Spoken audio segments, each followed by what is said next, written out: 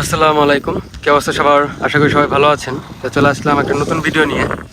তো আজকে চলে আসলাম আর কি সুজুকি জিক্সার মনোটনের যে সামনের চেঞ্জ পকেটটা থাকে, যে সামনের চেঞ্জ পকেট, এটা নিয়ে কিছু কথা বলার জন্য। তো আমাদের মনোটনের সামনে যে স্পকেটটা থাকে, এখানে যেটা ছোট স্পকেট, তো এটা কিছু গুরুত্ব আছে যে আপনার কত কিলোতে চেঞ্জ করতে হয় বা কত টাকা দাম। তো আমি এটা একটা মানে আফটার মার্কেট, মানে মার্কেট অরিজিনাল যেটা সুজুকি, তো সেই স্পকেটটা নিয়ে আসলাম। তো আজকে এটা নিয়ে আর কি একটা ভিডিও বানাবো। তো আপাতত যে স্পকেটটা আছে এটা দিয়ে প্রায় 7,000 কিলোমিটারের মতো চালানো হয়েছে। তো আজকের এই ভিডিওটা এই জন্যই যে এই 7,000 চালানোতে কি কি সমস্যা ফেস করলাম বা করতেছি সেটা আপনাদের জানানোর জন্য। আর এই স্পকেটের জন্য কিন্তু অনেক সমস্যাই হয়ে থাকে। সেটা হচ্ছে যে আপনার দেখবেন যে দুইটা সেম বাইক যখন আপনি গতি তুলতেছেন, একটাতে কম উঠতেছে একটাতে বেশি উঠতেছে, তখন কিন্তু এই স্পকেটের খেলার জন্যই একটা বাইকে একটা কম ওঠে, একটাতে একটু বেশি ওঠে।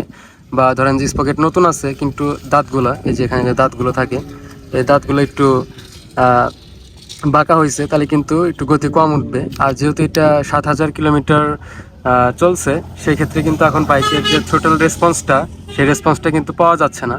দেন একটা রিক্সা ওভারটেক করবেন বা কিছু একটা ওভারটেক করতেছি, তখন কিন্তু মনে হচ্ছে যে আমি একটা স্লো বাইক চালাইতেছি বা ছোটো একটা বাইক চালাইতেছি, বা এটা যে ইনিশিয়ালটা পাওয়া যায় সেটা কিন্তু পাওয়া যায় নাই এই স্পকেটটার জন্য। যে কারণে আজকে চেঞ্জ করে দিব স্পকেটটা। আর এটার জন্য আজকে এই ভিডিওটা বানালাম, যে এটা টিপস একটা ভিডিও থাকবেনি যে কখন চেঞ্জ করতে হবে বা কি চেঞ্জ করতে হবে।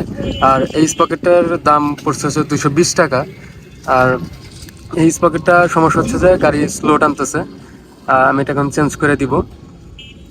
তো আপনারা সময় মতো, মানে মূলত মেইন সময় হচ্ছে যে 5,000 কিলোমিটার, 5,000 কিলোমিটারের মধ্যে চেঞ্জ করে দিতে পারলে ভালো। আর যদি সময় না হয়, সেখানে যে আমার মতো 5-7 হাজার কিলো চালানো যাবে এই স্পকেটটা দিয়ে। আর স্পকেটটা চেঞ্জ না করলে একটা সময় যায় কিন্তু যখন রাউন্ড হয়ে যাবে, এই দাঁতগুলো যখন রাউন্ড হয়ে যাবে, এখানে সমান হয়ে যাবে, তখন কিন্তু আর বাইক দৌড়াবে না বা আপনার চেনটা কটকট শব্দ করবে। তো চেন নষ্ট হওয়ার আগে বা চেন নষ্ট যাতে না হয় সেজন্য আগে আগে চেঞ্জ করে দিবেন। আর যেহেতু এটার দাম খুব একটা বেশি না, এটা চেঞ্জ করে দিলেও খুব একটা বাঁচবে না, তো চেঞ্জ করে দেওয়াটাই বেটার।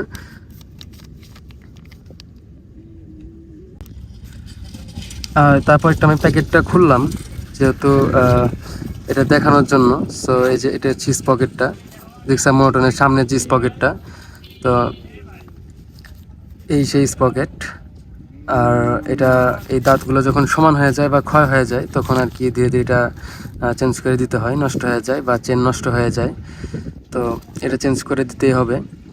আর এটার জন্য আপনার ধরেন যে একেতে গতিতে প্রবলেম, আমি যখন একটা রিক্সা ওভারটেক করি আমার মনে হচ্ছে যে আমি অন্য একটা ছোট বাইক চালাইতেছি বা এটার রেসপন্স নাই।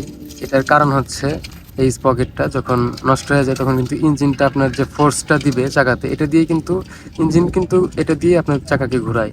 এখানে এটা দিয়ে কিন্তু আপনার চাকাকে ঘুরায়। তো যখন এটা ভালো রেসপন্স দিতে পারবে না, তখন বাইকের থ্রোটলে কিন্তু ভালো রেসপন্স দিবে না বা মাইলেজ ড্রপ করবে। ইঞ্জিনের শক্তি বেশি খরচ করবে, কিন্তু আপনার বাইক সেভাবে টানতে পারবে না। যে কারণে আর কি আপনার এটা খুবই গুরুত্ব। আর এটা চেঞ্জ করে দেওয়া, 5,000 কিলোর মধ্যে চেঞ্জ করে দিবেন। এগুলো জানানোর জন্যই আর কি আজকের ভিডিওটা। আর এটার দাম 220 থেকে 250 টাকা নিবে। তো আজকের ভিডিও এই পর্যন্ত শেষ করে দিচ্ছি। দেখা হচ্ছে পরবর্তী কোনো একটা ভিডিওতে। সে পর্যন্ত সবাই ভালো থাকবেন, সুস্থ থাকবেন। আল্লাহ হাফেজ।